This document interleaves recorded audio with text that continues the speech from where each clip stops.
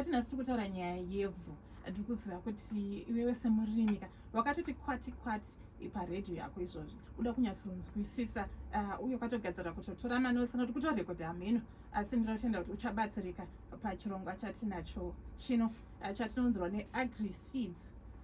Muno ndina mazvikokota.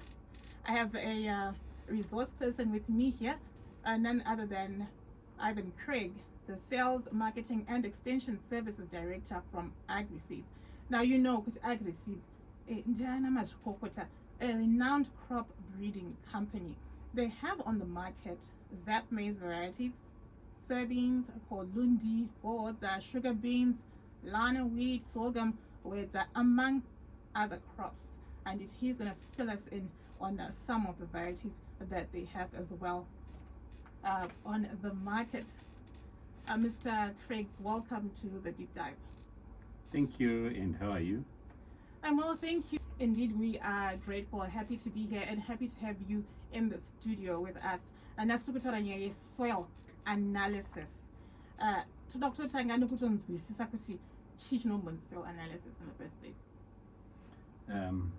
Mashita, kana tichitaura nyaya kunzi soil analysis, kutora ivhu redu kuti rinoongororwe kuti rakamira sei, ronatsotorwa, ronobhenengurwa, roongororwa kunzi zviri mukati zvinhu zvii, zvakamira sei, zvakawanda sei, zvakashomeka sei, riri kuvava sei, riri kutapira sei. Saka kana tichiti su kutora ivhu richinobhenengurwa richionekwa, zvinhu zvinobatsira murimi zvakanyanyisa zvikuru, nyanyi akuzoburikidza nekubuda kunoita gohwo rake pazvirimwa zvake.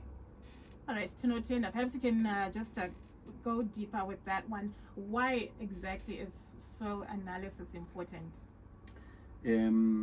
Tona isusu kuti kutora ivhu kunokosha zvikuru richinoongororwa, nokuti murimi unogona kunge ari pamusha kana papurazi pane ivhu rakatsvukira kana kuti rakasviba riya woti ivhu rangu rakasimba rakanaka, because munhu anokuudza kuti ini kwangu ndine chidhaka, ndo ivhu rangu rakasviba kuti ndo, kana kuti ukapinda nemota unotonyura murikuona. Saka maziso haakwanisi kutiudza isusu kuti ivhu redu rakamira sei.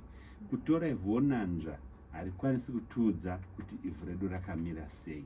Asi chatinenge tichida ndechekuti ivhu rikatorwa ronoongororwa nana mazvikokota, raongororwa taakuchiziva kuti ivhu redu rakamira sei.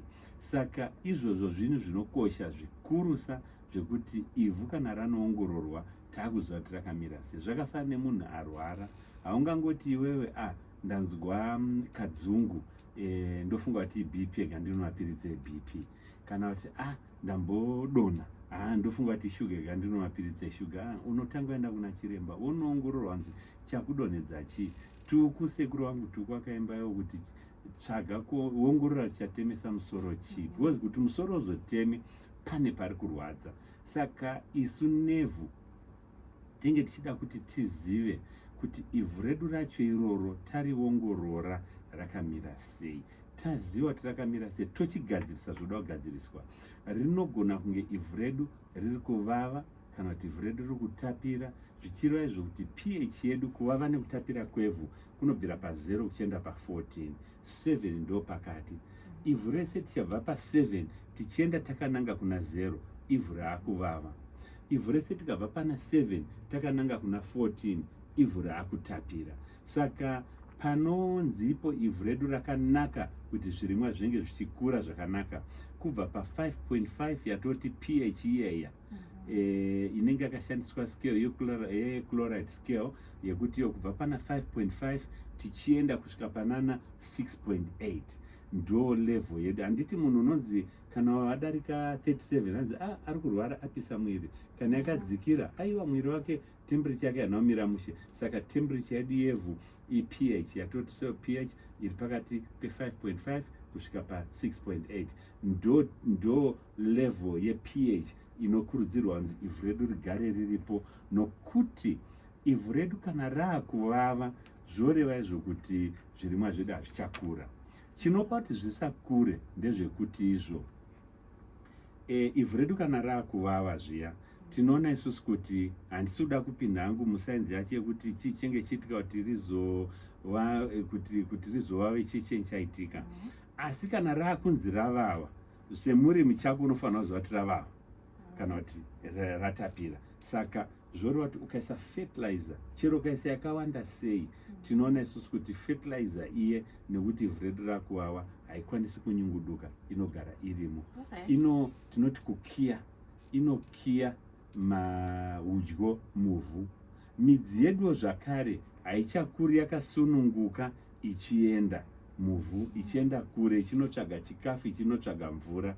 Saka chimwe chinhu ndechekuti icho ivhu redu kana raakusunga midzi kuti isakure, zvoreva izvo zvakare kuti kana tanzi mvura yamboti tizei, tuma dry spell twatinombowana tuye, unoona kuti midzi yedu yakangoungana payakaungana, yakutora tumvura turipo toti yapedza, imwe yese yakatenderedza haichakwanisi kutorwa nekuti midzi yedu haisi ikoko. Saka ivhu redu kana rakanaka, midzi yedu ikadzika ikafamba ichienda, toona isusu kuti mvura tinge tuchinaya tuya, kana kuti tuunyoro turimo tudowa tunaya makuseni tuya, midzi yedu nokuti iri kure inokwanisa kutora tudowa tuya, yotora tuchikafu turiko. Unoona kuti wewe chero zvikanzi mvura yambotiza, unoona kuti zvirimwa zvedu zvinongotatarika zvichiita sei, zvichienda kusvikira namvura yazoita sei, yazodzoka. Saka kugadzirisa pH kunobatsira iko kuti udyo huri muvhu hunosununguka, huregerera, honyunguduka, husangana nevhu yatoti so solution. Zvasangana nevhu, aiwa, midzi yedu yakuchitora nawo yopinza mairi ichidarika nemuguni, yoenda kumashizha, muchirimwa chedu chautokura chati pagovo rakanaka. Tinotenda netsanangudzo, taona kukosha kwakaita soil analysis. Zvino murimi angade kuziva kuti pastage ipi yaanofanira kuti aite soil analysis iyi? Ivhu redu tine nguva yekutora ivhu. Tinogona hedu kutora chero iri nguva, togona kugadzirisa ivhu redu chero iri nguva, hazvina basa. Asi pane zvirimwa egara nditotaure kune vanoda kurima matapiri, zvekuti ivhu redu tikaritora rikaongororwa, hatikwanisi kuisa kana kugadzirisa ivhu redu tichishandisa lime, tichiziva kuti tiri kudyara matapiri edu mwedzi mitatu iri kutevera. Inotoda kuti totogara mwedzi 12 months tichiisa hedu zvimwe zvirimwa takamirira tozoisa matapiri edu, nokuti tikangotaisa lime taakusima matapiri edu anogona kuita mezi, atoti mascabs. Saka potato ri haritengeseki, harichengeteki, saka imari inenge yatorasika. Asi kune zvimwe zvirimwa izvi kazhinji tokurudzira kuti ngatiite mwedzi mitatu yekuisa lime redu tichigadzirisa kuvava kwevhu redu, kuitira kuti apo ndo patinge takutarisira kuti inenge yakushanda. Asi takatarisana nekurimwa kwemwaka wemvura yakunaya, tinge tichiti isusu patongopedza kukohwa kunana April May kuya, ndo matakupinda totora ivhu redu ronoongororwa. Tatora ivhu richinoongororwa, takusara kuti toita sei, tichitorima.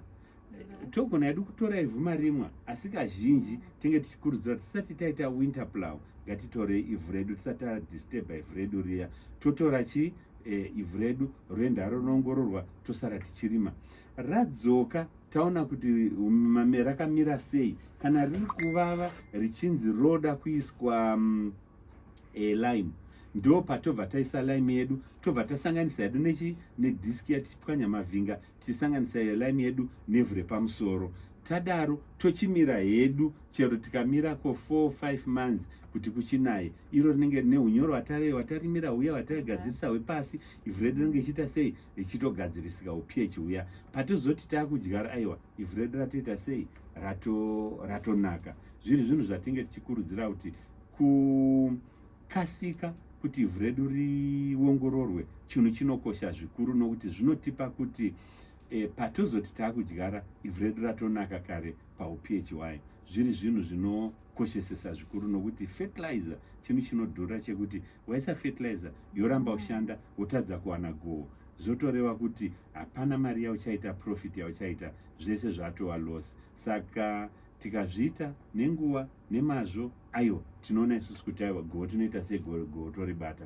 Ndoda kuti zvakare kana ivhu richinotorwa haringonzi munhu nje enda unotora vhu, ivhu rinoda kutorwa nana mazvikokota. Tine ma-agricultural business advisors vedu, madhumeni watogara nawo, wakaenda kuchikoro wakadzidziswa, newakaita ma-master farmers training wakadzidziswa zvakare. Saka hatisiri kuti mudhumeni ndiye anouya achitora ivhu. Mudhumeni anouya okudzidzisa matorerwo evhu, akudzidzisa iwo chenda unotora ivhu rako, wokudza zvakare kwekuendesa ivhu rako. Toda kutenda hurumende yedu wakagadzirisa ma-research station ese akatenderedza nyika.